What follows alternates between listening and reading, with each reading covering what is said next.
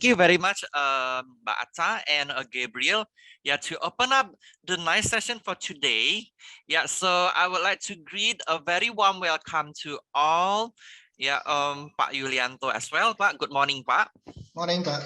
Yeah, good morning. And of course, with all of the participants. Yeah, today we are going to discuss and have a presentation from Pak Yulianto, which is called Strategic Innovation for Sustainable Development Goals.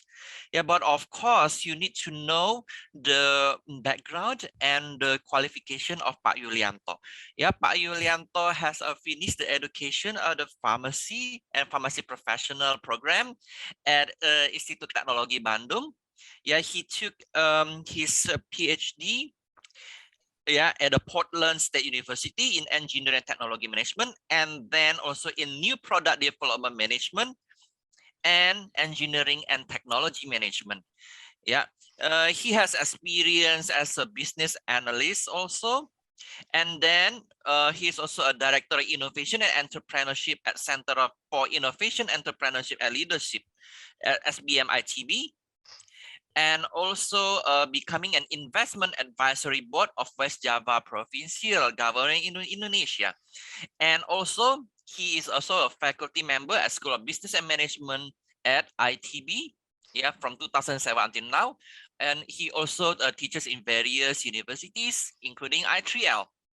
Yeah, his passion includes digital transformation, renewable energy management, innovation management, new product development, technology-based entrepreneurship, technology road mapping, technology assessment acquisition, technology policy, technology transfer, technology forecasting, and a lot of other technology management, yes, which makes his background and competencies are very relevant to the talk today about strategic innovation of the sustainable goals.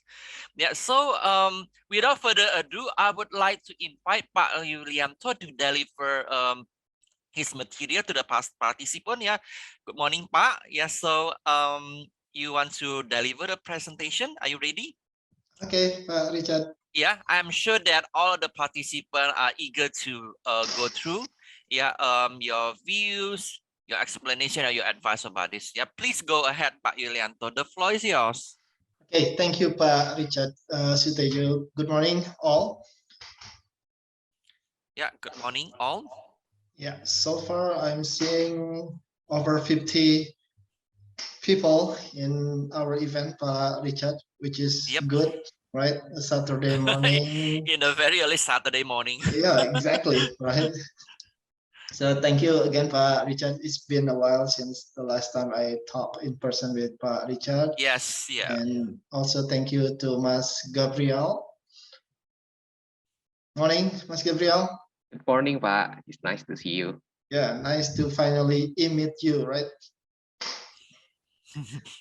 So, Mas Gabriel and Pak Richard has asked me to deliver certain topic for today's agenda, but the topic is quite long, Pak. So I decided to make it short because we only have such a limited time, and as I always mention to the class that I'm conducting, that the shorter the better. Yes. Right? So short but informative, Pak. Yeah, short but more informative. So we get all the sense on the topic. Okay. So without further ado, let me start sharing my knowledge to the class. I'm seeing one or two students that actually already taking my course as well.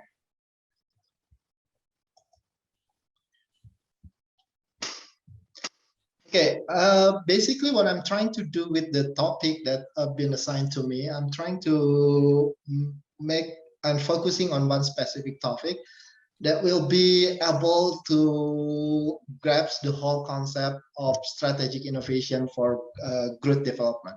Okay, so the idea is I would like to share with you the concept of disruptive business model innovation. Okay, the word innovation has been discussed, has been debate for so many decades, right? Yet up until now, if you see the rank of Indonesian in terms of innovation index, we are still struggling, gentlemen. We're still struggling, and there are so many issues around it, right? There are so many issues around it, and basically, if I may saying that one of the biggest issues when it comes to innovation is our commitment, ours mean industrial commitment. Okay, they talk a lot about innovation, but they don't want to put their money on it. That's one thing that we need to highlight, right? I always say that it takes money to create money. It doesn't come out of the blues. Yep. It doesn't come out of the blues, right? So there's no point of talking about innovation without putting effort on your quote unquote kitchen. And the kitchen of every single company is your R&D, your research and development. Okay. And it was quite interesting since I already been back and forth in the academic life and also being an entrepreneur myself and working for companies. And it's very interesting that I started my first career at Kalbe Pharma. I started my first career at Kalbe Pharma. Obviously, being graduated as a pharmacist, I was living with little option at that time, right?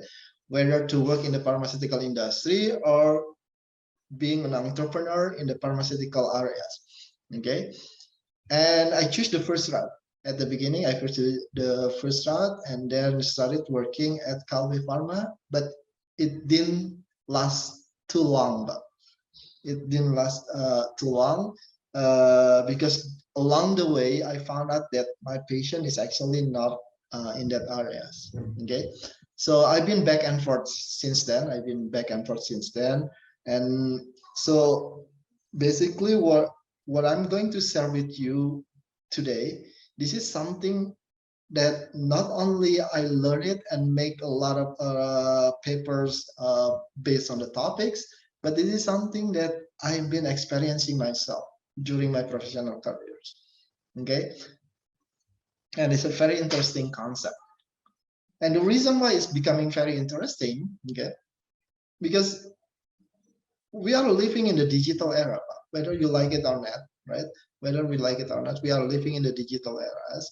And then the one thing that very interesting when it comes to digital, it disrupts a lot of things. It disrupts a lot of things. Okay, you're probably familiar with the concept of digital disruption. Okay, and with the concept of digital disruption itself, it disrupts a lot of industries. And then the way it disrupts the industries is a very interesting concept because it doesn't disrupt the industry from the perspective of they creating what I call nuclear science product. That's not what's happening, right?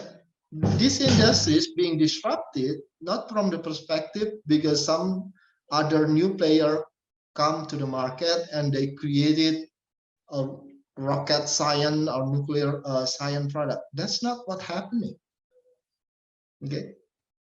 In terms of the product of the services itself, this probably the concept itself, the concept of the technology, the concept of the product itself has been around for so many decades. But the way they disrupt the industry, not through the product, but through a business model that has not been implemented earlier. Okay, I'm just giving you some of the example. Look what happened with Amazon. Okay, the basic idea of Amazon business model is very simple at the beginning. They're just selling books, right? They're just selling books. But if I ask every single individual that's joining us today, could we still saying that Amazon is a e-commerce company? that's selling only book. No, the business model is evolved along the way. Okay. So we cannot longer say that Amazon is an e-commerce business. They are technology-based company. They are technology-based company. E-commerce is just part of it. But they're evolving along the way. They are evolving along the way. And then they disrupt the retail industries, not because they come up with a very sophisticated concept. They come up with the concept of putting customer as the center of their business model. Putting customer as the center of their business model, and it changed everything. It changed everything. I'll give you a simple example. We all having the same experience buying stuff from our e-commerce, you name it, Bukalapak, Tokopedia, and others, right? At certain point, you probably get bad experience with this provider.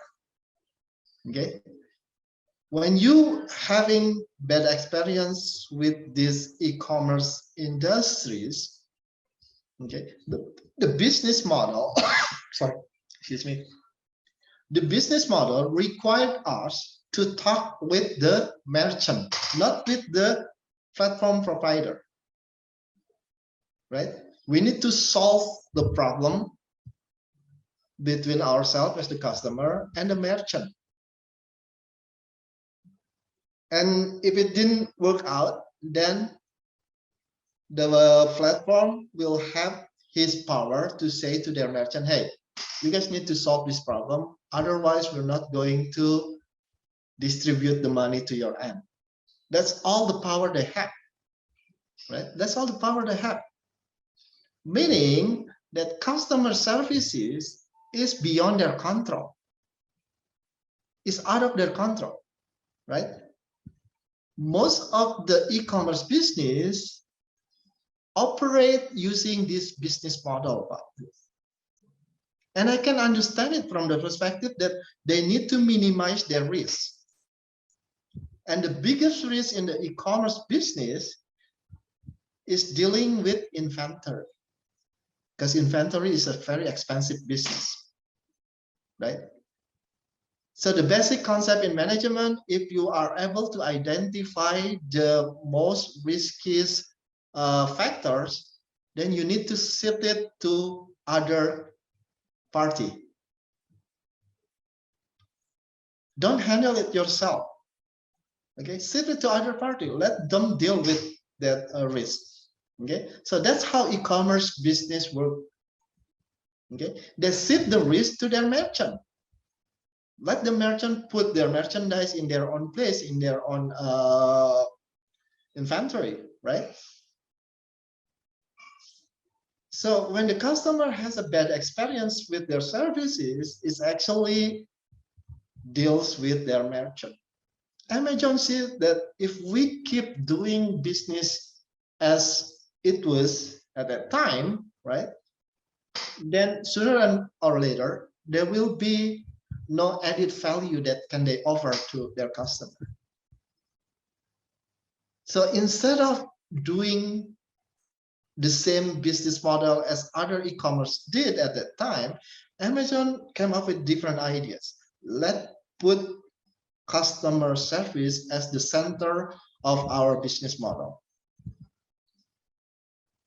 And it disrupts the way of Amazon conducting their business. Okay. The same thing with Netflix, but Netflix, they didn't kill the blockbuster. They did it to themselves with their ridiculous late fees. Because previously, blockbuster business model, okay, the way they monetize their business model is quite unique, but it's very irritating for their customer. The renting fee is actually cheap. It's probably cost you around 50 cents or 90 cents per DVD. but the things that make a lot of their customer being irritated at that time is their late fee. For one single DVDs, right? The late fee could cost their customer between $1 up to $2 per day. So if you forgot to return their DVDs, let's say 5 days, you can imagine how much money that you need to spend. You can imagine if there are 1 million customers because they have a very busy life schedule, they forgot to return the DVDs. So it irritated them at that time, but they don't have any other options to go with to. And then Netflix disrupted. Hey, you know what? Instead of buying or renting your movies from these blockbusters that's sucking your monies again, why don't you come to our business? You can rent as many DVDs as you would like, and there is no late fees. Okay, you just need to pay monthly base on it concept. If you don't like with that type of business model, okay, you can actually stream the videos directly from your gadget. That's how Netflix disrupt the business model. They didn't create rocket science product. They don't create the rocket science product. The same thing with Uber. They didn't kill taxi businesses, right? They did it to themselves by limiting the number of taxis and fare controls. Look what happened with iPod when they come disrupting the business model in the music industries. Apple didn't kill music industries. They did it to themselves by forcing people to buy full-length album. When in reality, we'll probably just would like to have one song out of the whole entire album. But at that time, we don't have that option. Legally, obviously, right? Because at that time, illegally, there are so many peer-to-peer websites. They can sell one single song, right? But it's illegal, okay? And then Apple came with their business model. Let's make it legal, where people can just buy one single song, and we don't have to only have songs from, let's call it the diva at that time, right? Let's make the business model using the concept of long tail business model. They provided so many songs that people can buy, and most of it are an artist that has not been heard before. Indie industry music. They provided a platform for indie artists. They have their own community. It's not big, right?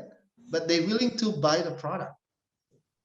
It's not big, but if you multiply it around the globe, you'll have probably over 10 million indie artists. Okay. And then the next one, look what happened with Airbnb, Bapak Ibu. They didn't kill hotel industry. The hotel industry killed themselves by limited availability and price option. There are some funny story. There is a funny story in regard to it. Once upon a time, the CEO of Airbnb and one of the CEO of one of the biggest chain hotel in the world, they were in the same event. Okay.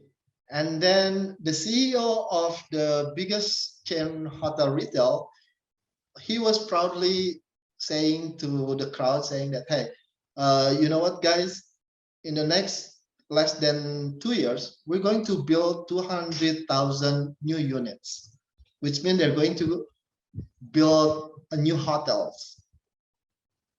And then the CEO of Airbnb, he came to the floor and he's saying, the number of 200,000 units that was mentioned by the previous guest speaker, Airbnb would be able to make it happen less than 2 months.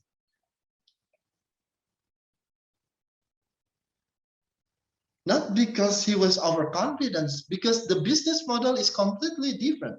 They don't build a new facility. They just acquired facilities that has a low utilities.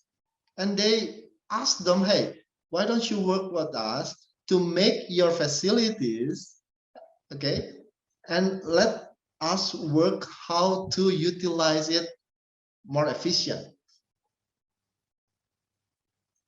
That's how they work with it. That's how they work with it. Okay. So again, technology, if you're only focusing on the technology, right, you're still talking about the invention area. If you're talking about creating the best product, creating the best services, you are still talking about invention. Innovation is a different jungle compared to invention, right? Because once you talk about innovation, one keyword that you need to have, which is what? Commercialization. Without it, your product, your services is a great idea, it's a great invention, but you cannot say it as your innovation.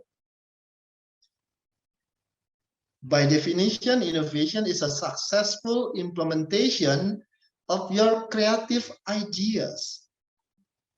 And the easiest way to say that you are able to implement it successfully is whether you are able to commercialize it or not.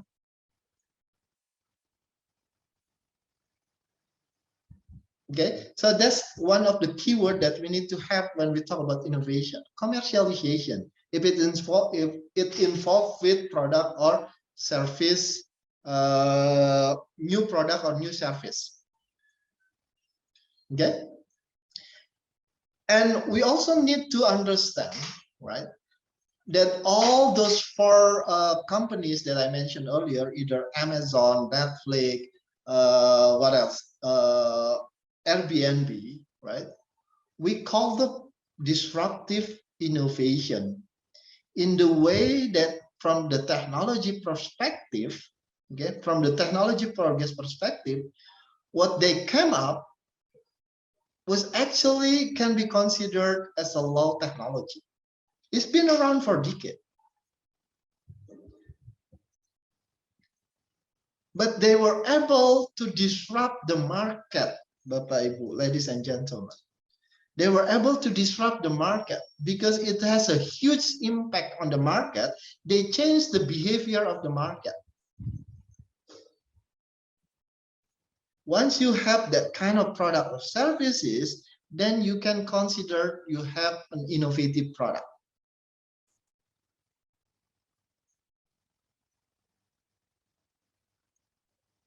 Okay, you change the market behavior.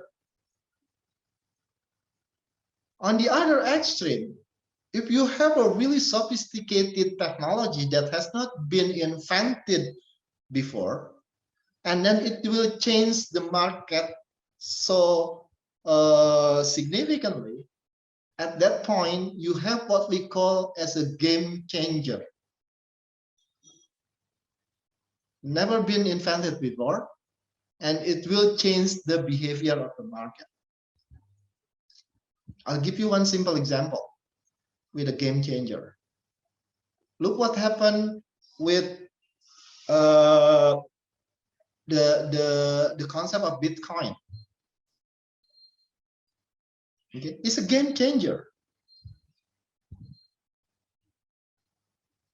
The technology itself is totally new, right? The concept, the basic concept of Bitcoin is blockchain, right? So the concept of blockchain itself is totally new. But now we're seeing that the technology of blockchain is disrupting the market significantly. Even though there are some debates in Indonesia up until today, right? Whether blockchain, especially when it comes to Bitcoin related, can be applied in Indonesia. That's a totally, that's a different discussion. But overall, the concept of blockchain is something that's already disrupting the market as of today. Okay?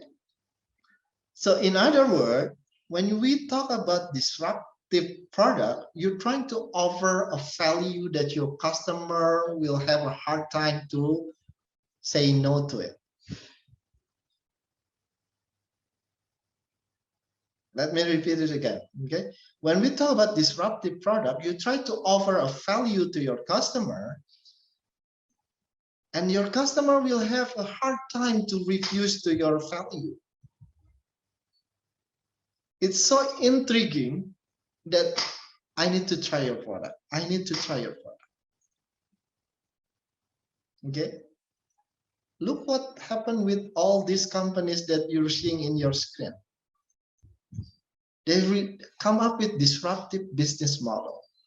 They didn't come up with very sophisticated product that people has not been invented before, except for the concept of Bitcoin and Ethereum. But the rest is a very unique business model. I'll just take one example of it. Okay, let's talk about Meta or Facebook. Okay, Facebook can be considered as the largest media company as of today. Okay, the largest media company is not a CNN, it's not NBC, it's not ABC, it's not XYZ, it's not detik.com, it's not compass.com. It was actually social media. And the business model is quite interesting. It's like you are being given with a blank paper, okay? And then Facebook asks you, you know what? Here's a blank paper. You can put any content that you would like, okay? And then please share it to your own customer, quote unquote. Just really crazy, right? The largest media company that creates no content. CNN, in order for them to have a content, they have to hire a lot of journalists. And it's costly, obviously, right? Facebook, they don't have that kind of cost in their operating model. They don't have it. Right? The same thing with Alibaba, largest global retail, has no inventory. They don't have any inventory.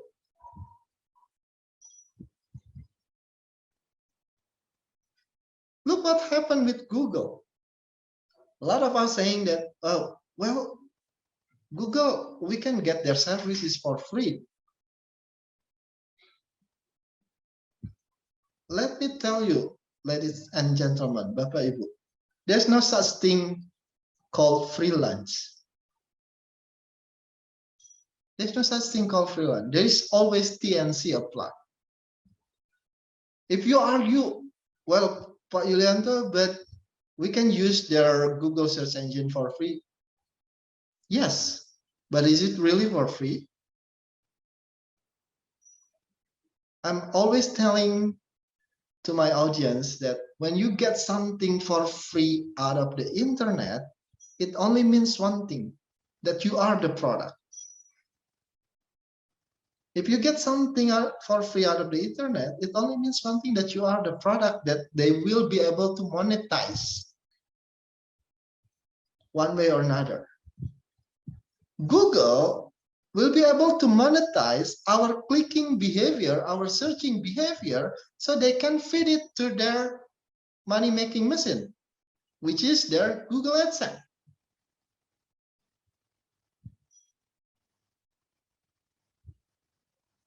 It sounds that we get something for free, but it doesn't work that way. The same reason why Mark Zuckerberg was willing to acquired WhatsApp for a huge sum of money, 19 billion US dollar. That's not a cheap acquisition. At that time, WhatsApp market value was around 5 billion. But Mark Zuckerberg was willing to spend 19 billion to make sure that they can get their hand into WhatsApp.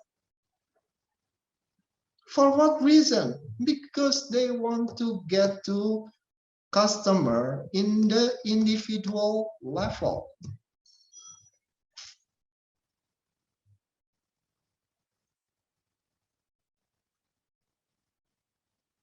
When Meta or Facebook acquired WhatsApp at that time, the customer base of WhatsApp is already around 18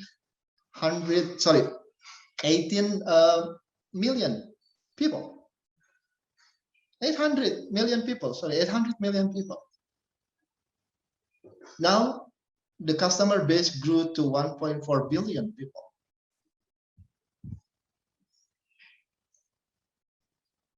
Okay, so that's something that we need to understand, that we are living in what I call multi-sided platform.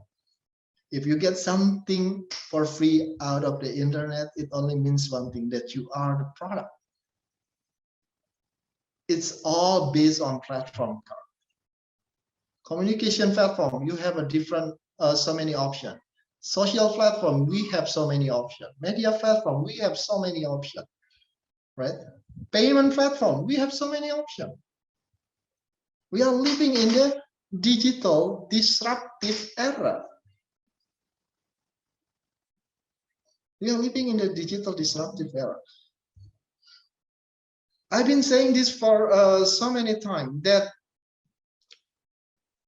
I can probably say that our industry is very similar, right? Our industry mostly related with pharmaceutical industry, right? In the era of this digital disruptive, okay, in the era of digital disruptive, pharmaceutical industry, actually they can say that it's not being impacted significantly compared to other industry. Let's say technology-based company is being impacted significantly.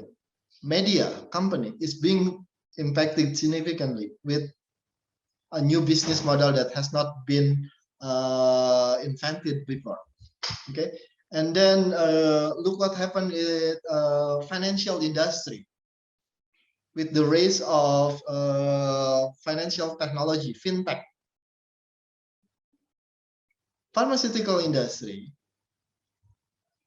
probably one of the industries that not being impacted right away, but it changed now. I'll give you an example. Look what happened with, you probably heard it or probably currently using their services, HaloDoc. Before the era of pandemic, how many of us even care about HaloDoc? Right? We don't care about it. We heard it, but okay, I heard it, right? But now, not only people talk about it, most people using their services.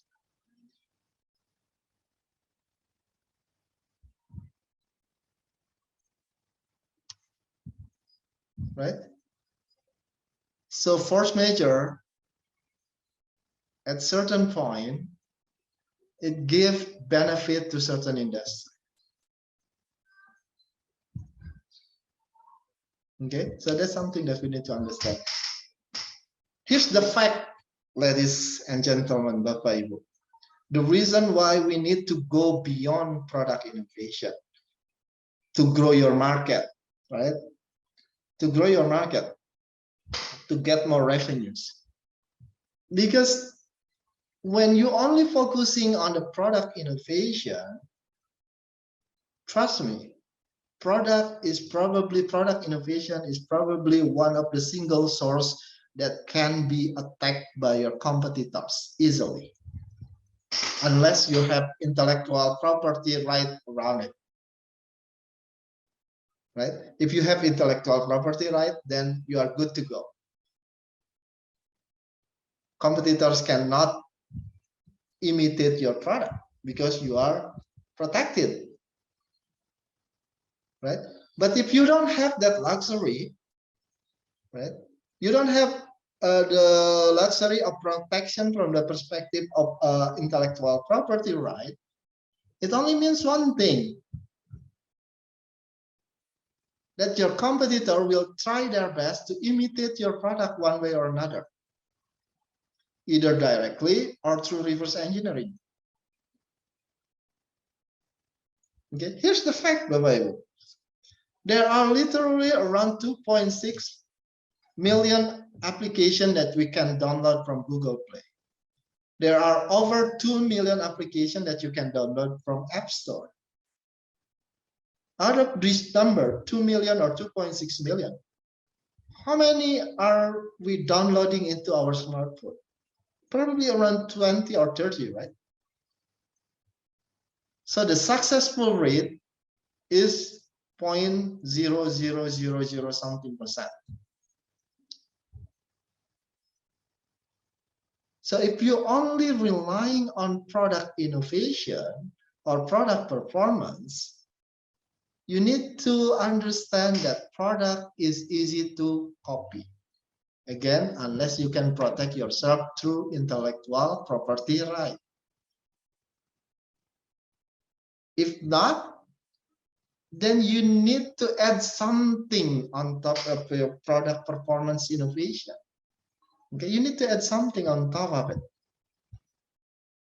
Okay, so in that sense, I'm going to offer you what we call business model innovation.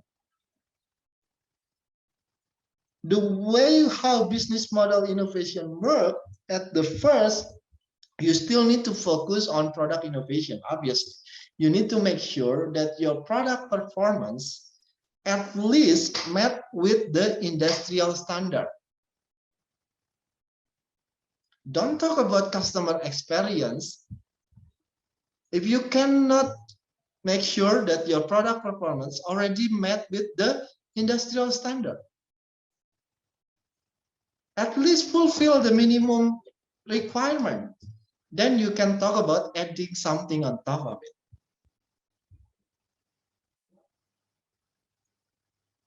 Don't talk about customer experience. I'm going to make sure customer get their best experience. When your platform is dealing with a lot of bugs, a lot of technical issues behind it. Okay, so once you are make sure that from the perspective of offering, you already met with the industrial standard, then you can add something on top of it. When we talk about something on top of it, that's where the business model innovation becoming more interesting, because you can approach it from the perspective of your back end, which is your operating model, right? Or from the perspective of front end, which is dealing with your customer. Okay, so let's overview it. Do we still have time, Pak Richard? Yeah, our allocated time is until 12, so I think you can have you can discuss this up until, let's say, 11:30. So we will leave another 30 minutes for question and answers. Thank you, Pak Richard. Yeah. I'll try my best to even finish before 11:30. Yeah, sure. So this is how you operationalize it. First thing first, like I said, make sure that you already met with the industrial standard in terms of product performance. Okay, make sure you already deal with it. Once you already make sure that the offering, okay, the offering is already met with your industrial standard, then you can start thinking about adding from the perspective of back end, which is your configuration, or your front end dealing with customer experience. Okay, let's talk about it one by one.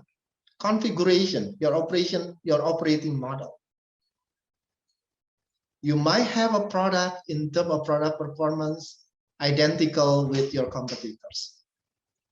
But your innovation is dealing with the profit model. It's dealing with the profit model. I'll give you one example in the profit model. You probably heard about a product that used by male a lot, which is Gillette, Bapak Ibu. Right? It's a razor, Gillette. Came to Indonesia, we had a hard time to pronounce Gillette, and it's becoming Gillette. So Gillette is actually referring to Gillette. Okay. So Gillette, they have a very unique profit model. The product performance of the razor probably almost the same quality with other razors that has been produced in the United States. And they realize it. If they try to compete with the competitors through product performance, it will be a losing game. So they're implementing the concept of what they call razor and blade. How this business model works. So instead of convincing the market that they have the best quality product, they let their customer to try the product for free. So they distribute their best product to almost all male population in the United States for free. Let them try our product. Once they are trying their product, okay, they realize, well, this product is actually has their reputation. It's actually good product. Okay, but we all know that razor has its expiration date, right? It's good. At certain point, it will become dull. Okay, so they need to get a new one. Here's how they make their business model very beautifully. So they're saying to their customer, you know what? You don't have to buy a whole new razor and blade to get to our product. You just need to refill it. You just need to get the razor. You can use the blade so you can save the environment. You don't have to buy the whole package. You just need to refill the blade. Sorry, the razor. You can keep the blade. But the thing is, in order for you to get the razor, you need to buy it in a package. And the product price of the refill is actually more expensive compared to if you buy the razor plus the blade. But it works with them because the customer already experiencing the product and they can say that you have the best performance product. Okay, so that's how things work with Gillette. They know they have the best performance product, but to convince the market they are live to their word, they need to make sure that the customer has their hand to their product. The most effective way is to give it for free. Let them try your product. Okay, so they work on the profit model, on the operating side. And the other example is structure. This is very unique concept. Okay, with the structure, you try to optimize your talent. You try to optimize your talent. Google, they have what they call the 20% rule. So if you work for Google, they're going to give you 20% off of the total working hour that you need to work for Google. They're going to give you 20% off. So 20% off out of 5 days working hour, meaning that you have 1 day off. Right? But you're not going to use it to go to a mall and then spend time at the mall. That's not how it works. The 20% time off that Google gave to their employee, the employee needs to pursue their wildest dream. If you think you have the wildest ideas that you can think of, Google will say, go for it, explore it, whether your ideas has a market for it or not. And using this concept, they were able to, the employee were able to come up with the concept of Google search engine. Network. Deal with your network. At certain point, you probably, if your company dealing, let's say, with a physical product, look around you. Is there any network around you that you can monetize so you don't actually need to store your product by yourself? You probably heard the brand of shoes called Brodo. Brodo, they were able to use the concept of network business model innovation. So instead of having their own warehousing, they work with JNA. They work with JNA. They use the warehouse of JNA that's already been established in so many places in Indonesia. Okay, they use JNA as their warehousing.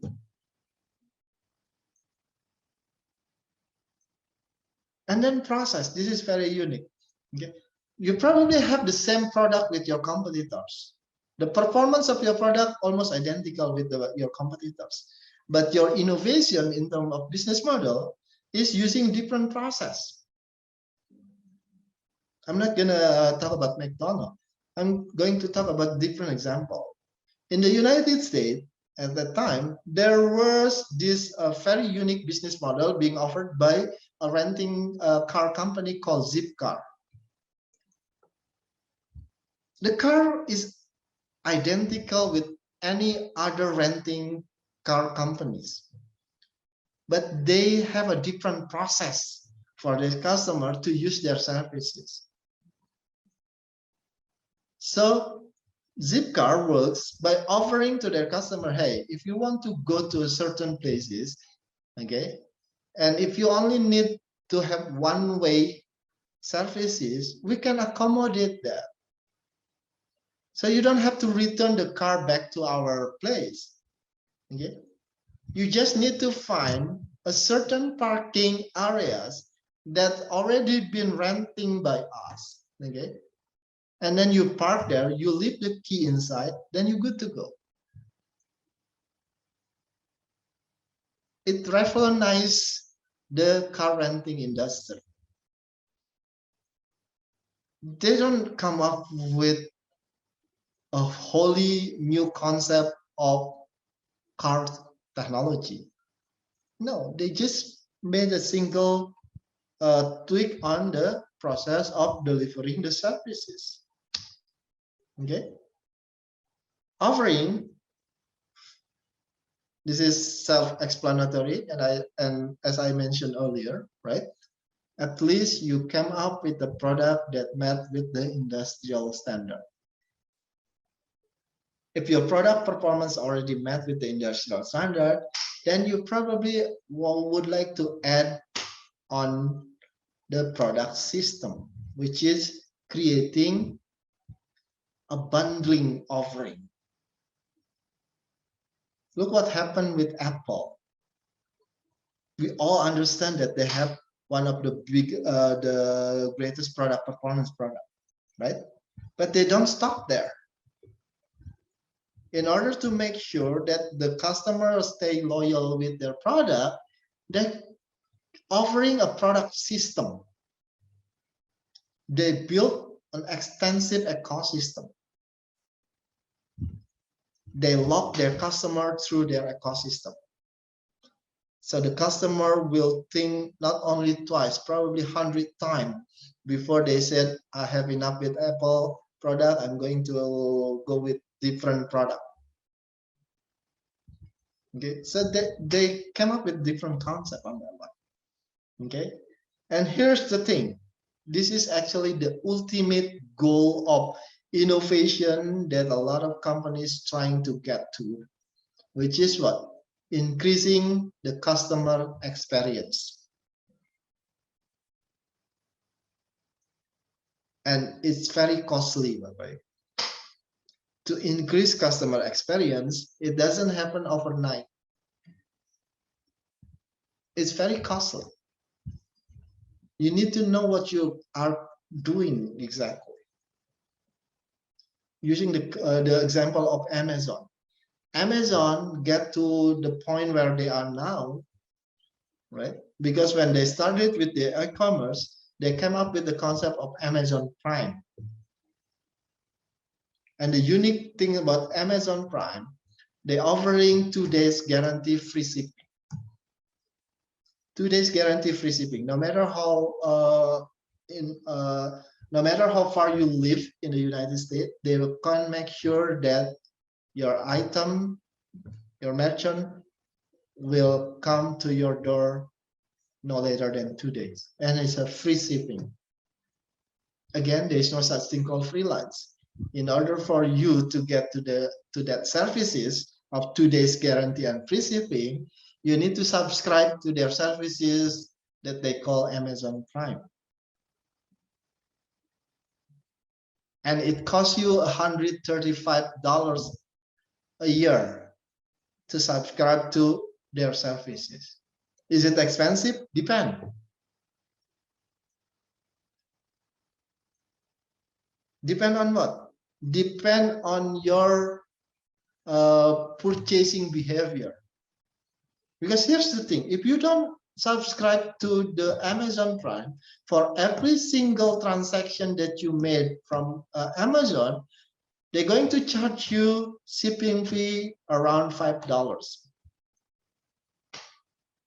If you say 135, that's too expensive, I'm just gonna buy the shipping fee, you know, I'm just gonna pay the shipping fee. Okay, $5 for every shipping fee. Let's do a simple calculation. If you buy product online from Amazon, let's say in average 6 times monthly, okay, meaning that you need to at least pay 6 times $5, $30 a month for the services. Okay, for the shipping fee.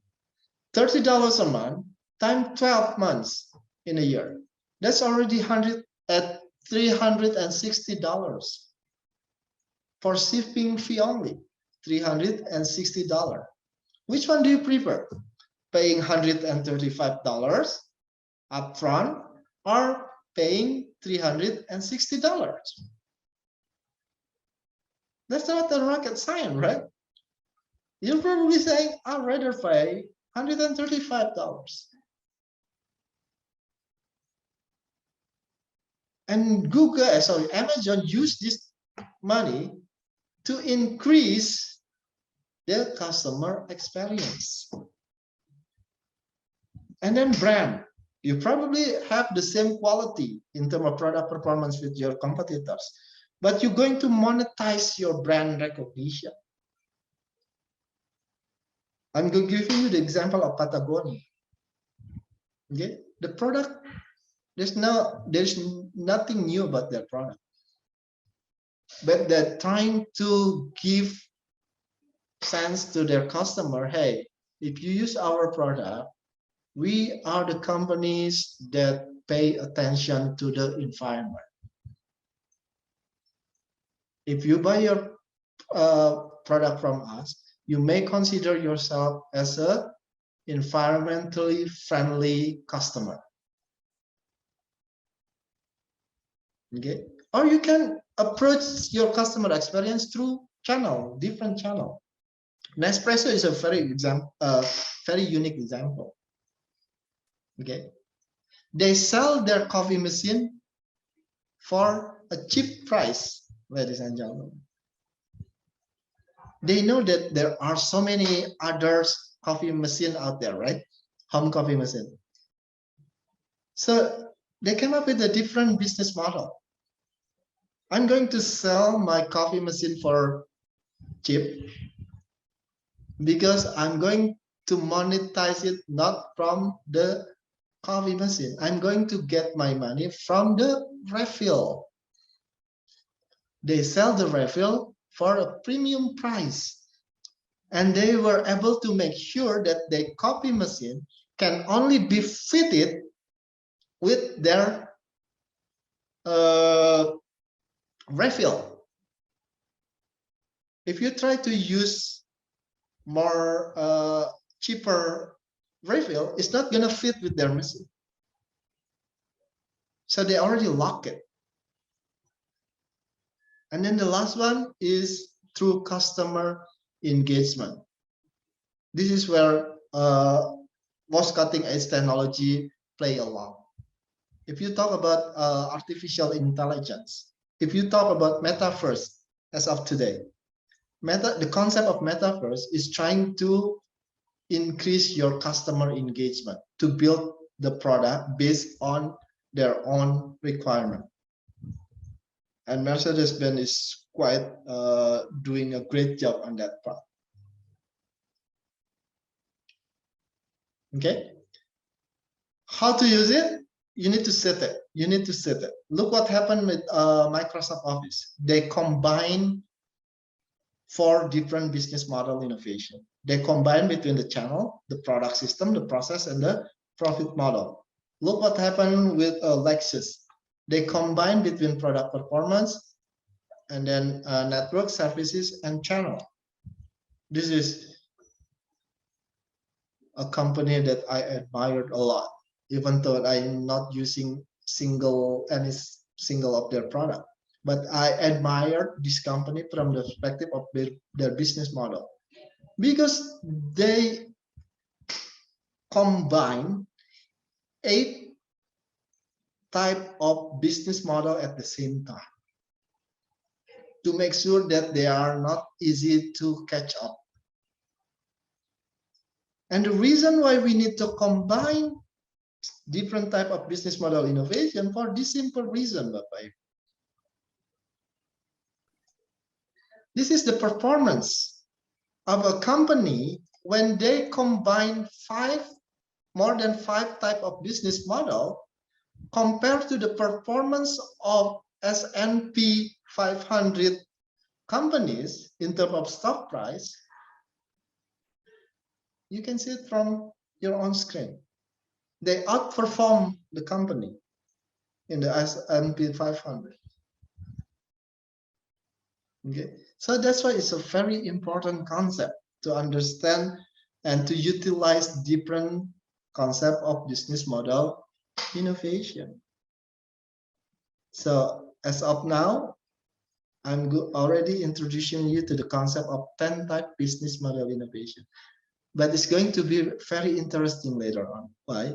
Because for every single type of business model innovation, you can actually have a different sub-strategy.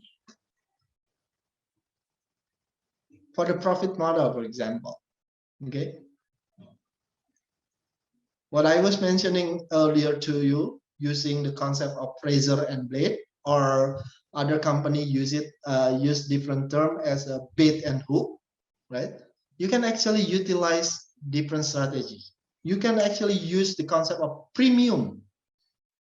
You're going to charge premium price for your product. Okay. Or you're going to use the concept of subscription. You give the product for free, but you're going to charge them through subscription fee. Okay. Or you probably could use the concept of freemium.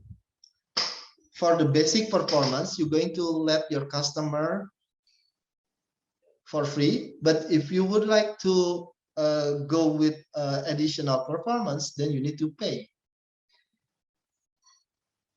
Look what happened with the business model of Spotify. they're using freemium, right? If you don't, if you have no issues with listening to advertisement every 30 minutes, then you can use their free services. But if you are being irritated by listening to advertisement every 30 minutes, then please subscribe to our subscription fee. Okay.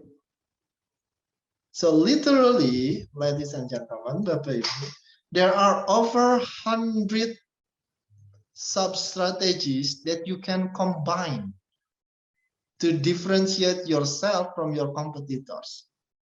For example, you use one sub-strategy under profit model. You use one strategy under structure. You use two strategy under channel. You use three strategy under customer engagement. We all learn about, probably most of us learn about calculus back in our day, right? So you might want to calculate how many combinations that you can come up when you have 112 variables. Yeah. So if you're saying that you're running out of ideas how to come up with business model innovation, then I'm gonna say you are kidding yourself. Because there are so many combinations that you can use. There are so many combinations that you can use. Okay. So you might want to evaluate what, if you are in the industry currently, right? You might want to evaluate which initiative of business model innovation that you are currently working on. And then you're going to evaluate which one is working, which one is not working well for you. And then you need to decide what are you going to do with the business model that is not working for you. Are you going to get rid of it, or are you going to change it with a new sub-strategy? Okay, so you will have a new proposed business model innovation at the end of the day. Okay, so to wrap up today's sharing with you guys, I would suggest that you need to use as many types as possible, but you have to remember, the more business model innovation that you're trying to combine, it comes with price. Okay. The second things that I need to make sure that we need to go beyond product innovation. Go beyond product innovation. Once you're implementing the concept of business model innovation to grow your market or to create another revenue, you need to be very disciplined. Evaluate it every quarter if necessary. Okay. Evaluate it every quarter and then decide which one is working, which one is not working, and what are you going to do with all those strategies that are not working well. Okay, Pak Richard, I think I'm done with my sharing. I'm gonna give it back to you, Pak Richard. Yes, okay. Pak Yulianto, that is a very inspiring, and we learn a lot of things. Yeah, basically we are currently in the developing countries. We have a lot of startups, and the concept of disruptive business model may not be familiar to a lot of people. I believe, right? And I actually want to ask quite a lot of questions myself.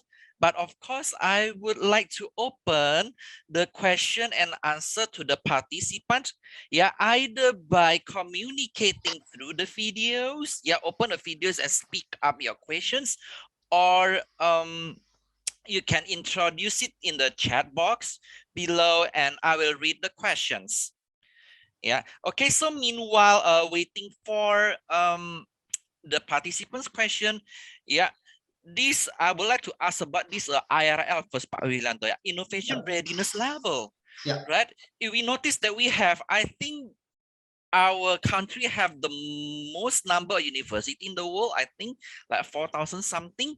Yeah. And we have a lot of innovation, but I mean, like in terms of the innovative index or the end product that eventually comes out to the market are very low compared to those of overseas. But so I need to, I really want to know what is the hurdle that impede the process of innovation, from the conceptualization and then bridge it up to the product and marketing part. What are the main blocks, in Indonesia, in your opinion? Okay, thank you, Pak Richard. That is actually right on the spot. And the simple answer to that is we work with different mindset, Pak. University in Indonesia, most of the university in Indonesia work with different mindset compared to the university in developed countries, Pak. Oh, okay. Share with Universities us about that, in Indonesia, universities in Indonesia, when they develop a new things, you call it technology or others item product, okay, it always come with the mindset of bringing or creating the most sophisticated technology that they can invent. Yeah. Right. We would like to come up with the most sophisticated technology. I think that is the scientist instinct, Pak. Yes, that's the scientist instinct. Yes. Right. The scientists Pak. and things would like to go with that direction. And we can understand it from the perspective, because most of these researchers coming from universities, the reason why they did the research, right, to get a credit, that they will be able to use it to increase their careers. Yes. Yeah. In Indonesian education system, we call it cum, to get cum. Yep. Right, to get a credit. Once you have reached certain credit point, then you can move your careers from associate professor to later on becoming the full-time professor or guru besar in Indonesia, we call it. Right? Yes. So it always driven from the perspective of the most cutting-edge technology. Meanwhile, the industry, we don't care. Industry doesn't care whether you can come up with the best sophisticated technology. Industry is only focusing on one thing. Is there a market for the technology or not? Right? This is where the difference compared to most of the universities in the developed countries. The research being conducted in the developed countries mostly driven by the industry. What's happening in the industry currently? What exactly do they need from us? So we're going to match our research with what's being required from the industrial perspective. So the industry will be able to spend money to the university. Okay? Yes. This is what's becoming trendy in my industry currently, Pak Richard. I'm going to give you $1 billion US. Please do your research within this specific topic, because we're going to use your research result, okay, to come up with a new product for us. So that's the different mindset. Oh, I see. So that's the reason why most of the invention being created from Indonesian university, it end up in the laboratory, or it end up in our what is it called? Repository? Yeah, repository. That's it. Yeah. Yep. Yeah.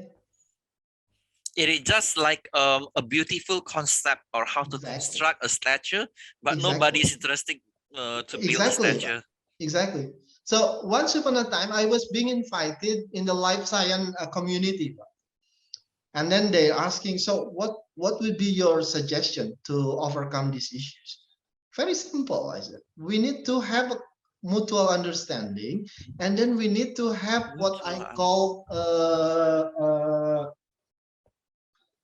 what is it, the term I used at that time? We need to send some of our researchers to work on the industry side. Let's say 2 years working in the industry. Okay. Okay. A So they street have the smart. perspective of industrial. And then the researcher from the industrial, they need to send their researcher to the university so they can get in touch with Yep. the most cutting edge technology. So it is like combining the two worlds Yes. between the academia field and industry field so that we can take the best of both worlds then. Exactly. Which is very difficult in our country. Which is because still they very are on- difficult. Yes. Which is still very difficult because we have a different mindset. We have a different mindset. I need to very bluntly honest with you, but most of my researcher friends, right? The mindset is just get the cum, doesn't care about whether the market need their research or not. They already satisfied with that. They're already satisfied with that. Meanwhile, in the developed countries, but a lot of researchers eventually end up as entrepreneurs. They did some research and then they realized that, whoa, there is some huge potential market out there. So instead of selling it to the industry, I'm going to create the product myself. So a lot of professors teaching in the, you call it MIT, Harvard, they are actually a very successful entrepreneurs. Yes. Right? Yes, I know They are about very that. successful Yes. entrepreneurs. But I think, I mean, if the government hear this meeting, I would propose we alter the reward system of cum, right, to encourage academicians, you know, to provide a scoring system if they become entrepreneurs and help the economy. Oh gosh, I've been saying the same thing for You have so been saying the long. same thing? Yeah, I've been saying the same thing for so long because you probably also noticed, Pak Richard, that our current system, right, our current system required us to be the best on 3 different words: teaching, researching, community service, and then community service. We have to be best at 3. Yep. And I'm saying there's no way you can be best at 3. At the end of the day, we always end up you becoming mediocre at the 3. Yeah, jack of all trades, but master. Yeah, that's not gonna happen. That's not gonna happen.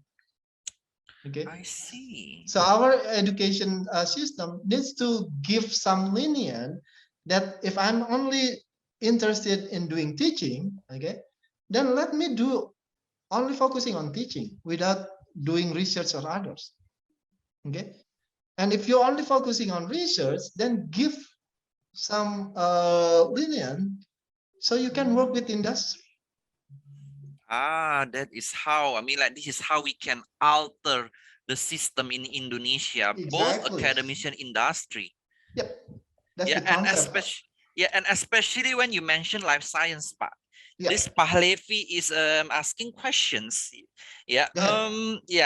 Because I noticed that your examples comes from the non-life science field. So maybe we dwell a little bit on the pharmaceutical field, which you are also, your background is pharmacy also, right? So I will read the question of Pak Levi. Hello, Sir Yulianto. First, I want to say thank you about your sharing.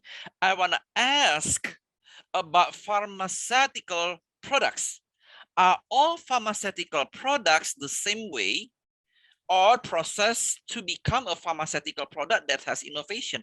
So I think Palevi is asking like the pharmaceutical product that exists here, is this, you know, the product of innovation, especially when it is successful, it becomes a big hit? Is it the result of innovation, like what you mentioned, this 10 aspect of innovation? Is that the result of it?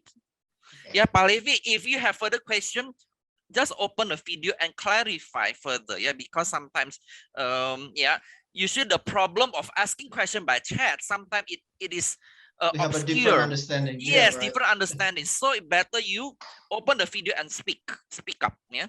Okay. Okay, maybe Pak Yulianto we can answer about that.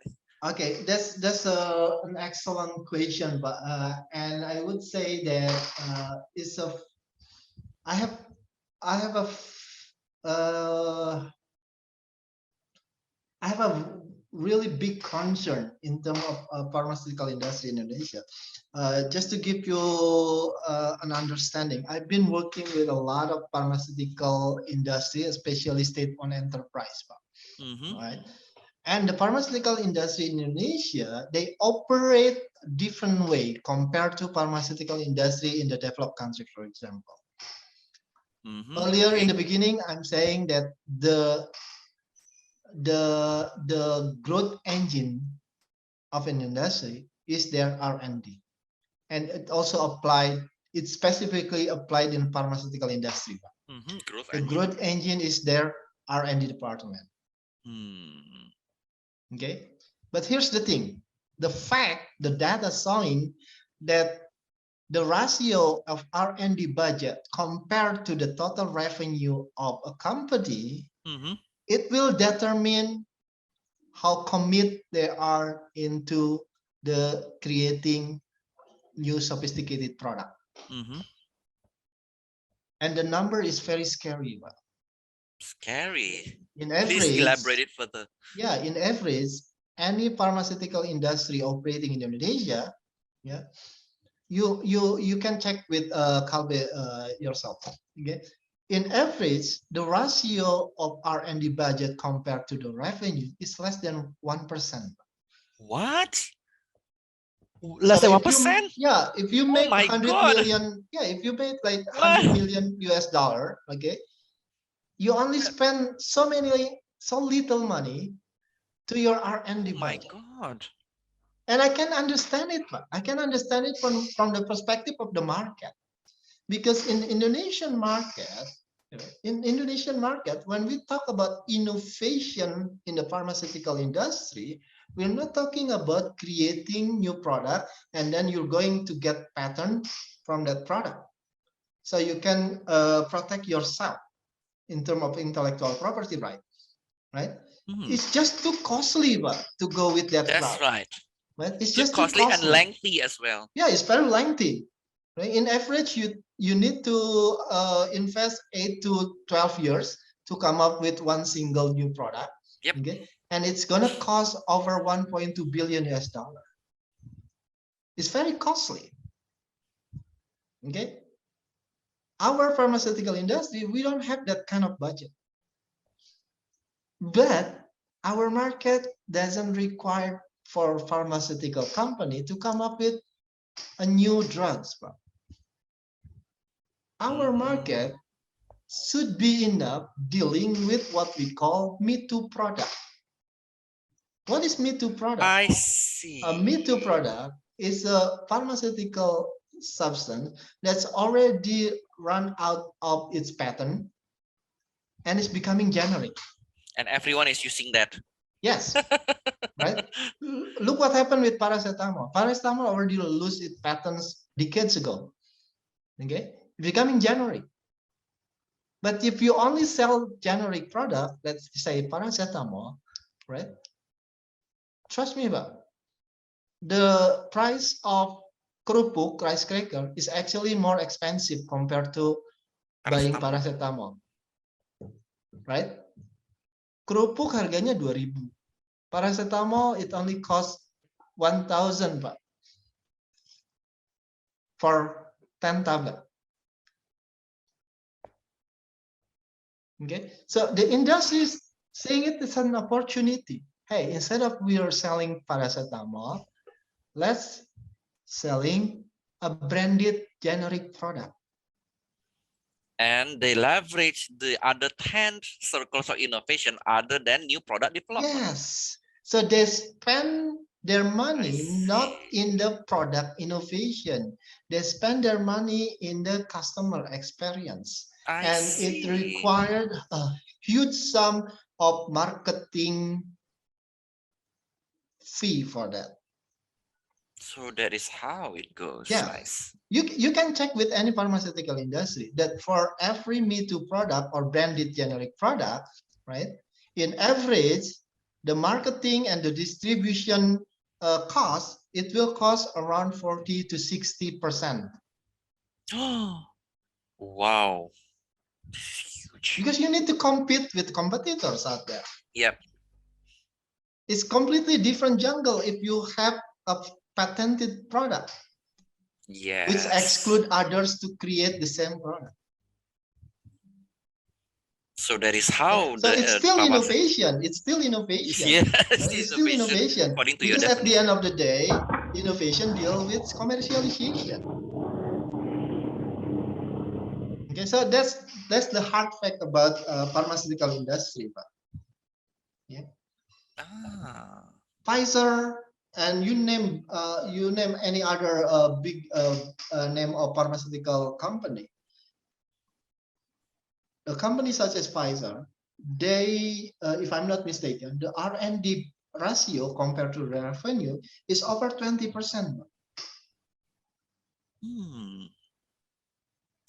Because they knew they need to compete on that areas. They need to compete on that areas. And look how big they are. Yeah, look how big they are. Meanwhile, we're pharmaceutical industry in Indonesia, we're still dealing with receh. Yes. We're still dealing with receh. Yes. If you combine all the revenues of pharmaceutical industry in Indonesia, yeah, it's probably less than 10% compared to the revenue, let's say, with Pertamina. Oh my God. Okay. Yeah. Meanwhile, there are so many players. There are so many players.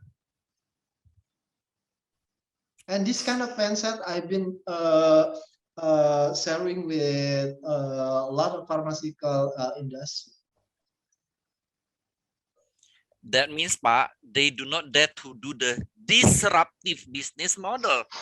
You are talking about disruptive, but I think the entrepreneur in Indonesia are not really courageous enough to delve into this disruptive model that you mentioned, Pak. Well, it's debatable, but it's debatable because at the Debatable? end of the day, whether you can commercialize your product or not. Okay, from that perspective, I would say that they were able to commercialize it. They were able to commercialize it. Ah, okay. Yeah, so basically, I think like strategic innovation is one thing that we need to delve. I mean, we want to compete, yeah, with the rest, yeah, and I think the mindset need to change, yeah. I mean, like I'm sure after looking through your presentation, I think a lot of eyes are opened, yeah, in this session, yeah. Now we are having another life science based question from Nicholas Atin, yeah. So the question is like this. Let's say I choose the innovation, yeah, through the product performance, environmental sensitivity, right? But in the other hand, there's issue about greenwashing ad. So like pretending to be environmental friendly business or not fully environmental friendly. How do we manage to avoid this thing? Because one of the challenge or the unavailability of the substitution product that make it more environmentally friendly. Yeah, so that is the question of Nicholas Aiton. Yeah, so I think, yeah, Nicholas Aiton is trying to highlight what is the prospect of the product performance innovation through the environmental sensitivity, Pak. Okay. What do you think in Indonesia, Pak? Okay, For example, like when you see in the hotel, yeah, okay, when you put here, you are saving the planet, you know. Good question. Okay, so here's the thing, Bapak Ibu. Whichever business model innovation that you're going to operate, you need to make sure that it will match with the behavior of your customer. Yes, I agree also, Pak. Right? It has to match with the customer behavior. Let's be realistic. In the Indonesian market as of today, does our market actually care about environment? From what I observe, it is growing. People are getting more aware, but right? compared to It's like not that developed big countries, market yet. But yes, it's not that a big big yet. market yet. So the option is in your hand. Are you willing to deal with a very niche market that's very concerned with environmental issues, right? Are you going to close your eyes and then go with the big market? The option is yours. If you're trying to be very idealistic, right? You're going to educate the market how important it is to deal with environment, okay? Then go for it. Go for it, but you need to understand your benefit and cost. Because educating market is going to take time and it's going to costly.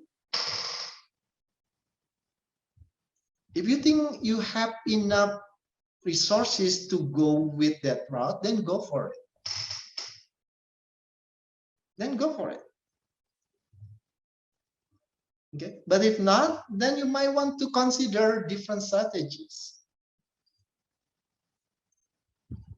Okay, you get the point, right? So at certain point, okay, at certain point, you need to understand the behavior of your market. I'll give you one good example. Okay, a friend of mine, the business model is very unique. Okay,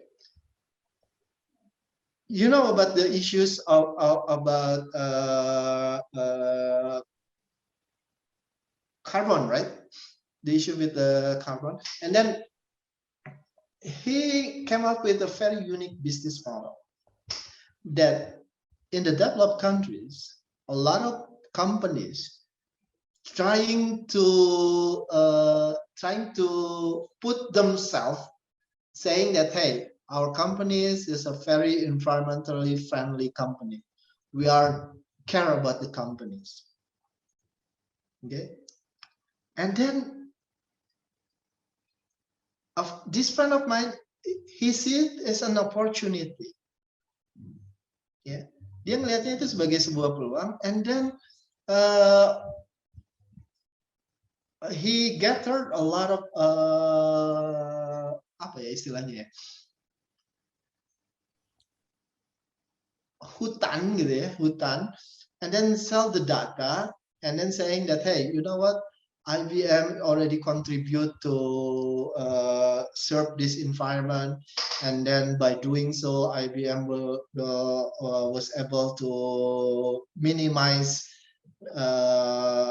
the rate of carbon monoxide by this much percentage. Okay, so IBM will pay to this friend of mine, okay, to claim that this is the work of IBM. That's just another example.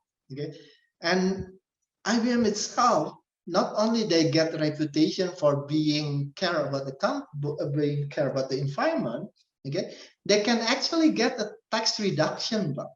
Ah, yes, that's deduction for it's like CSR ya Pak ya? Yes, they get tax reduction for it. I see. So it's beneficial for both parties.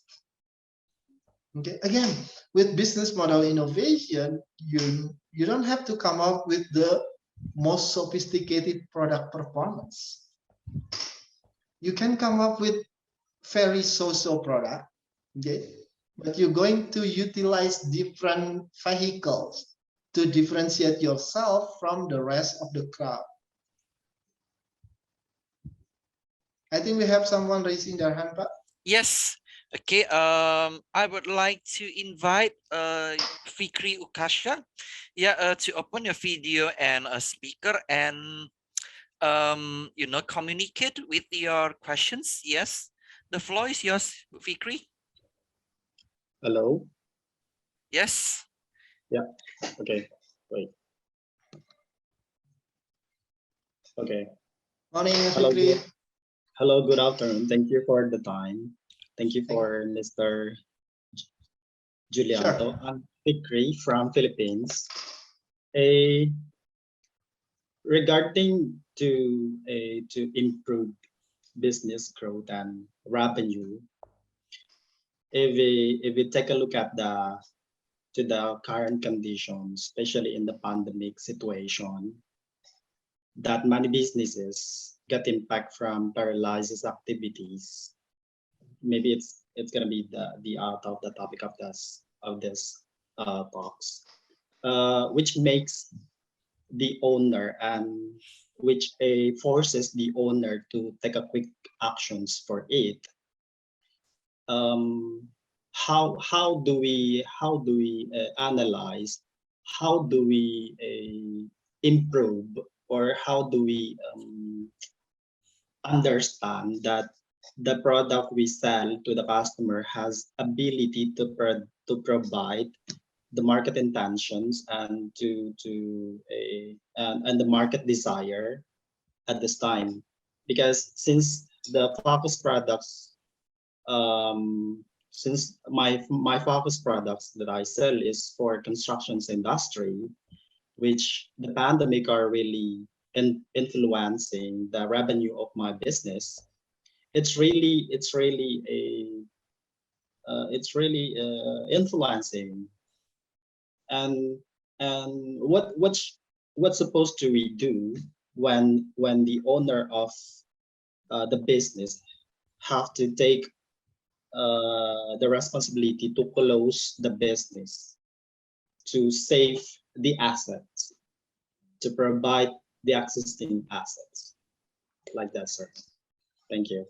Okay, thank you, Mas Fikri. I think I get the point. As I mentioned earlier, right, with any force majeure, there are certain industries that get benefit out of it, right? But other industry will suffer a lot. Your industry belong to the second one, right? You suffer a lot, okay? Because now people refocus their spending behavior, right? Customer is refocusing their spending behavior. Your industry probably will be the last on the customer list. Okay. So there's no other way, Mas Fikri. Okay, there's no other way than just to hang in there. Okay, hang in there, and then we all understand that sooner than later, this pandemic will become endemic. Right, sooner than later, this pandemic will become endemic. At that point, okay, when people can quote unquote go back to the way it was before, then I'm seeing that your industry will emerge again. But up until today, I have no other suggestion than just hang in there. Yeah. Because construction business is a very being suffered a lot. Being suffered a lot. Okay, I'm investing a lot also in the stock, and I'm seeing that in the construction industry, probably if you what is your target market? Is this high end or middle up or lower end? It's high end. We built a building, hospital, mall, apartment, like that. Okay, because based on my own assessment, okay, in the construction industry, those who target their market, let's say middle up, those will suffer a lot. So it's either you go with the lowest market or the premium market. Those two segments will still survive. Because whether like it or not, the middle low market and the low market, they need place to stay. Ya kan? Rumah-rumah sederhana tetap harus dibangun. Otherwise, where else they gonna stay? Yeah, but I think Fikri don't understand Indonesian, right? Because you mentioned you're from Philippines, right? Okay, go ahead. Sorry. So for the lowest market, okay, for the lowest market, whether they like it or not, they need a place to stay. They need home. They need shelter. Okay. So in the pandemic, especially in the Indonesian market, I don't know how things work in the Philippine markets, Fikri. But specifically in Indonesian market, those two segments, either premium market or lowest market, you still have your chance. But if you're targeting middle up, then people are currently refocusing their priority. Is it also the same with Philippine markets, Pak? Yeah, it's the same. Yeah, it's the same, right? So either go with lowest market or go with premium market.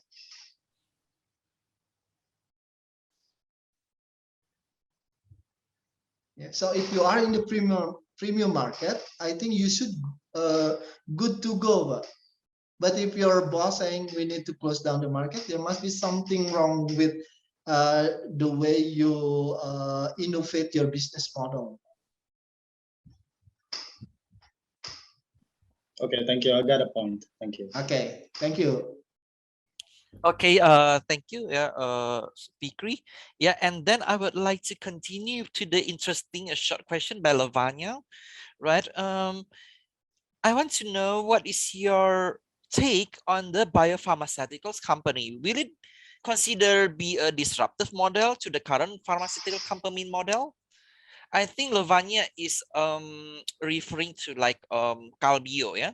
So they produce, for example, like a erythropoietin or vaccines, like biopharma vaccines, I think. Okay, yes. Good.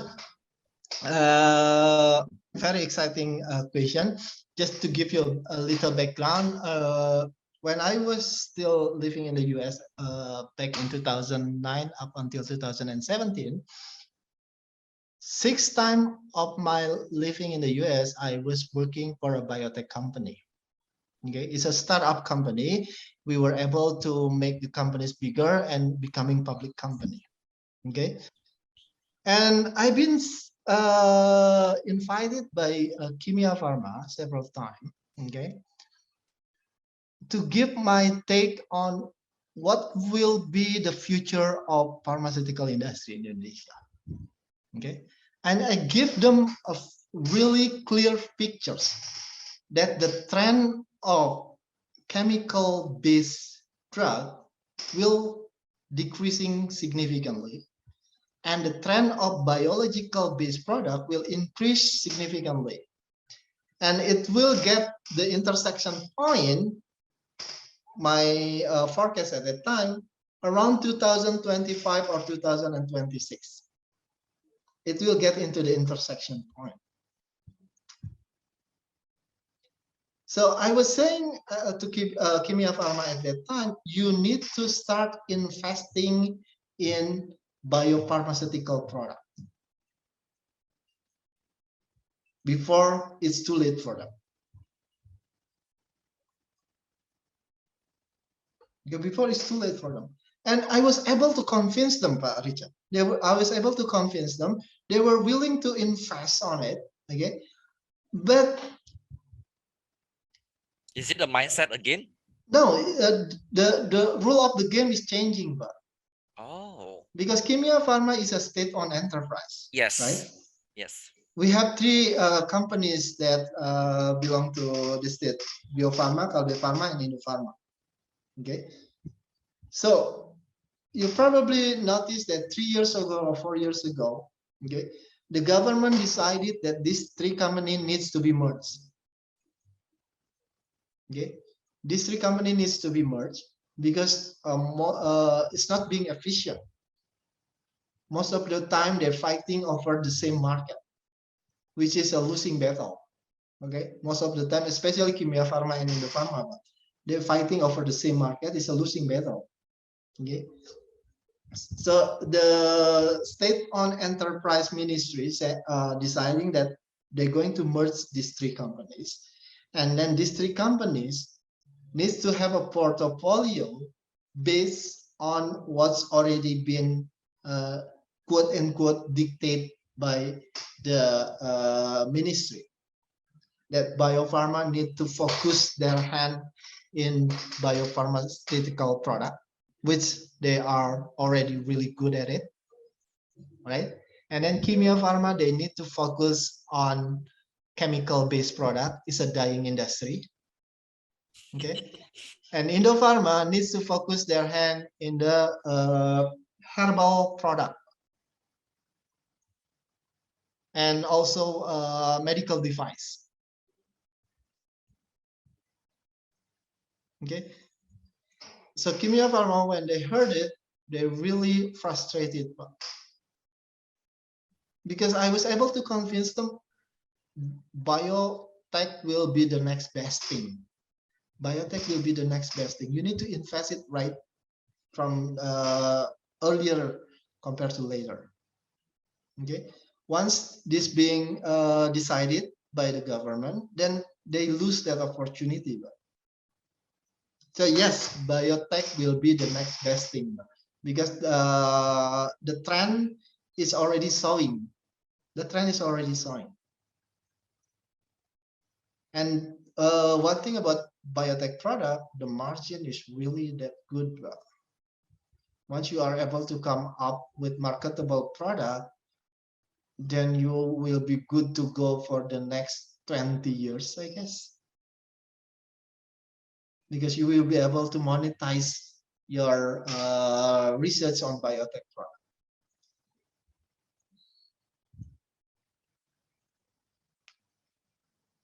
Okay, yeah. So I think biopharmaceutical. I also heard this. If I'm not mistaken, Pak Yulianto is a GP 2025, right? This is the roadmap GP 2025. They keep talking about this as well. I think like the GP pharmacy people. Yep. Yeah. So biopharmaceutical, I think the reasons why is they are offering a range of therapy that the chemical based pharmaceutical cannot. Right? They are offering a new hope, a new therapy. Yeah, that is why I think Pak Yulianto is highlighting why this kind of company grow. And I also can continue the question to Fahreza Avicenna to the biotechnological product like genetic testing. I think this is also one of the very growing industries since we are able, usually we are going to clinical testing the blood, liver function, kidney function, blood profiling, lipid profiling, blood sugar, and etc. And now they are expanding that into genetic testing, which I think is still in the very new thing in Indonesia. And I am also think, right, this is also a very growing industry also. I've seen a lot of DNA testing also, Pak. So what do you think, Pak? Will that be a growing like this biopharmaceutical as well? Quick answer to that, but go 1,000 speed on it, but 1,000 speed. yeah, I mean, it's a very, very promising industry. Yes. It's a very promising industry. You might also understand that in the developed country, the regulation is getting stricter and stricter, right? When it comes to a laboratory, right, it's becoming very, very strict. Okay. So put yourself as a pharmaceutical industry in the developed countries. When you still need to do a research, okay, you need a lab. Yep. Right? You still need a lab. Okay. So in order for you to conduct your clinical trial, right, you need a dedicated lab, and this lab should be not against any law in that country, right? Yeah, and it's becoming very strict now. Okay, that's the reason why they move a lot of their clinical trial facilities to developing countries, like Indonesia. Like Indonesia. Yeah, we still have a very lenient soft, room yes. for that one. Okay, so go for it, Pak. Go for it. Yes. Actually, I think Fahrezi is one of alumni of I3L also. Yeah, that's an from excellent. biotech. That's an excellent. Because here's the thing about Calbe Pharma as a public company, right? The good thing about Calbe Pharma, you don't need to deal with the ministry, Pak. Oh, Not in terms of regulation, right? Not in terms of regulation. The regulation is applied for all player, right? But I'm talking about the political will. I'm talking about the roadmap. Okay, if you are a state-owned enterprise, doesn't matter if you have the best product. At the end of the day, the ministries need to say yes. Hold on.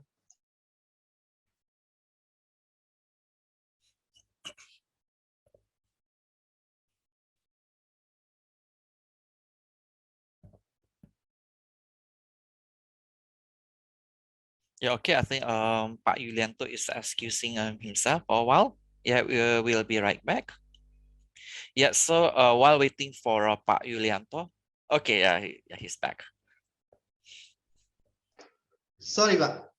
So yeah, that's the thing, Pak. If you are in a state-owned enterprise pharmaceutical company, then you have to deal with a lot of bureaucracy, Pak. Kalbe Pharma, if you have a great ideas and then you think it will be have a great market, you go with it, right? I think for this genetic testing also, Kalbe Pharma is expanding to one of the subsidiary company. I think it's Calbio. Yep, Yeah, if I'm yep. not mistaken, right? So they are developing this genetic testing and also the stem cell research. They have CSI.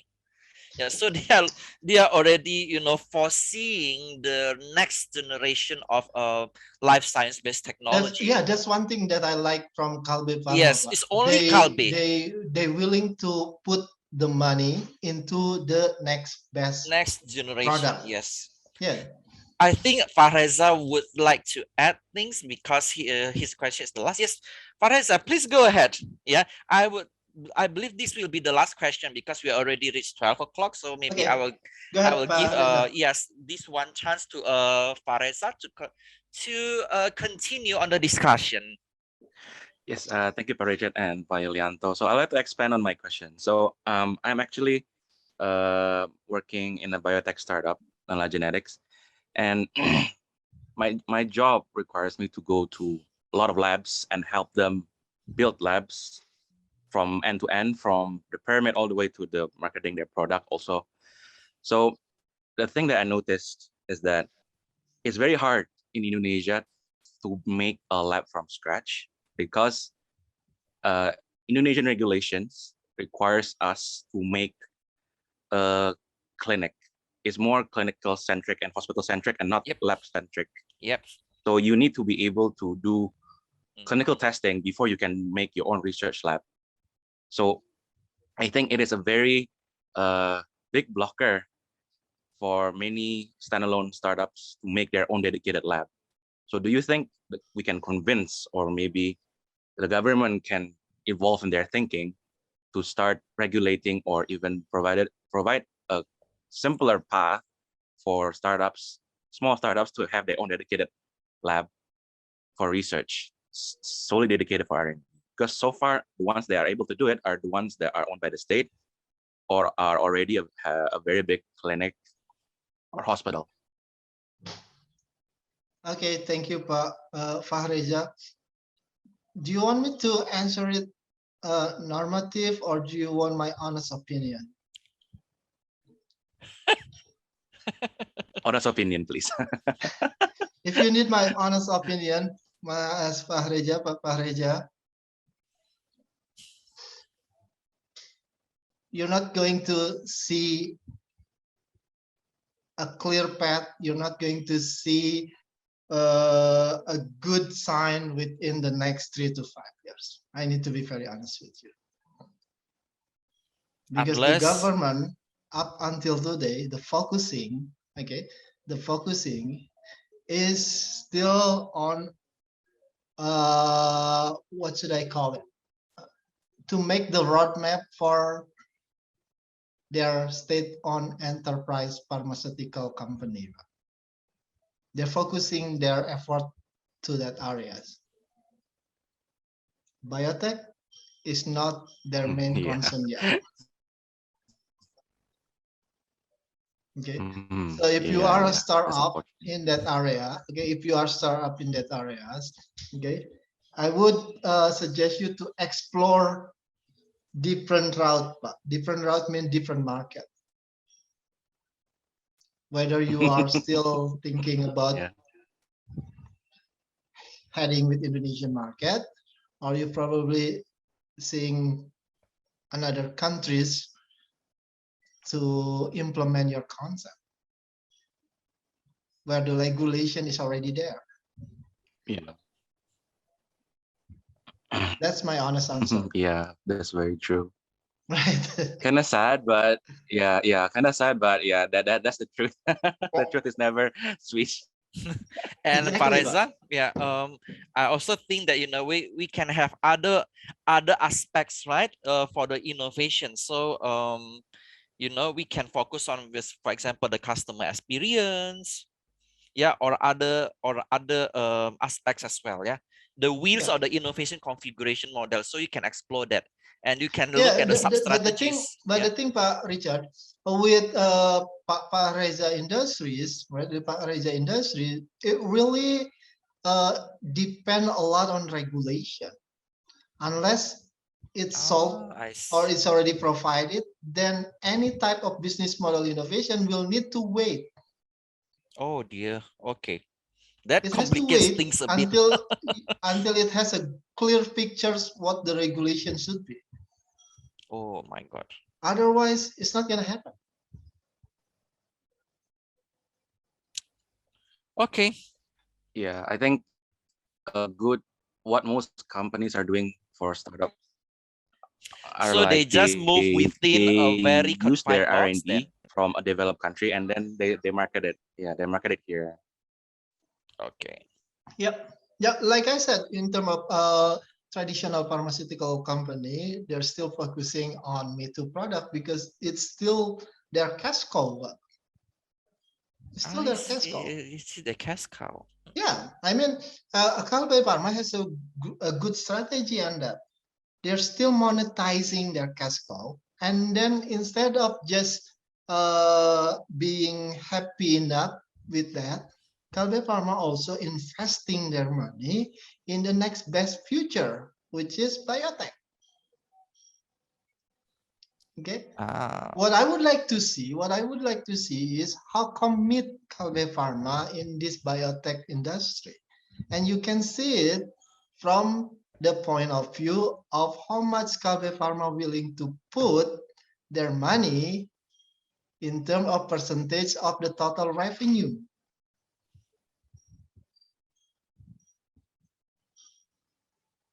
Because it's a very expensive industry.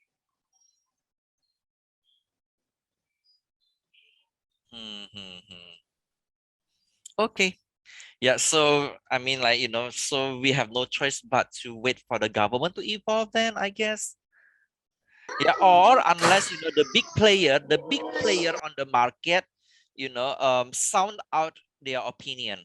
Yeah, maybe this my other, thinking. Yeah, so the big key players,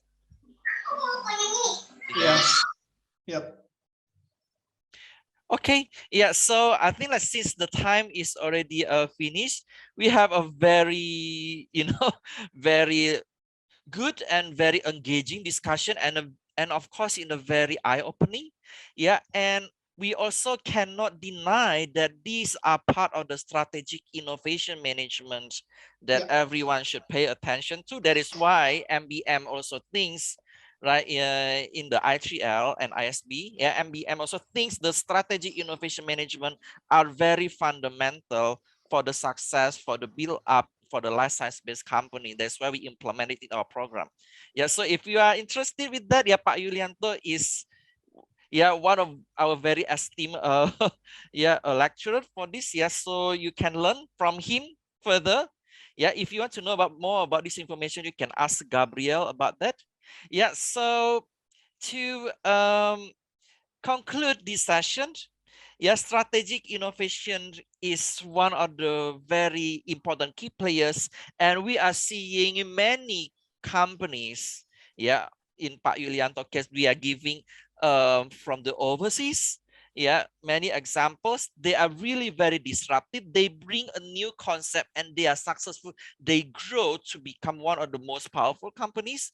And in Indonesian itself, yeah, with its limitation, with its a very novel introduction, to this strategy innovation concept, we of course still have a long way ahead, but by learning from this webinar and by sharing exchange ideas, yeah, with the experts like Pak Yulianto itself, I really hope that the participants here, yeah, can pick up the concept, implement it in the industry, and eventually the innovation readiness level can reach up to the commercialization level. So it is not kept in the repository, right, Pak Yulianto? But Exactly, Pak.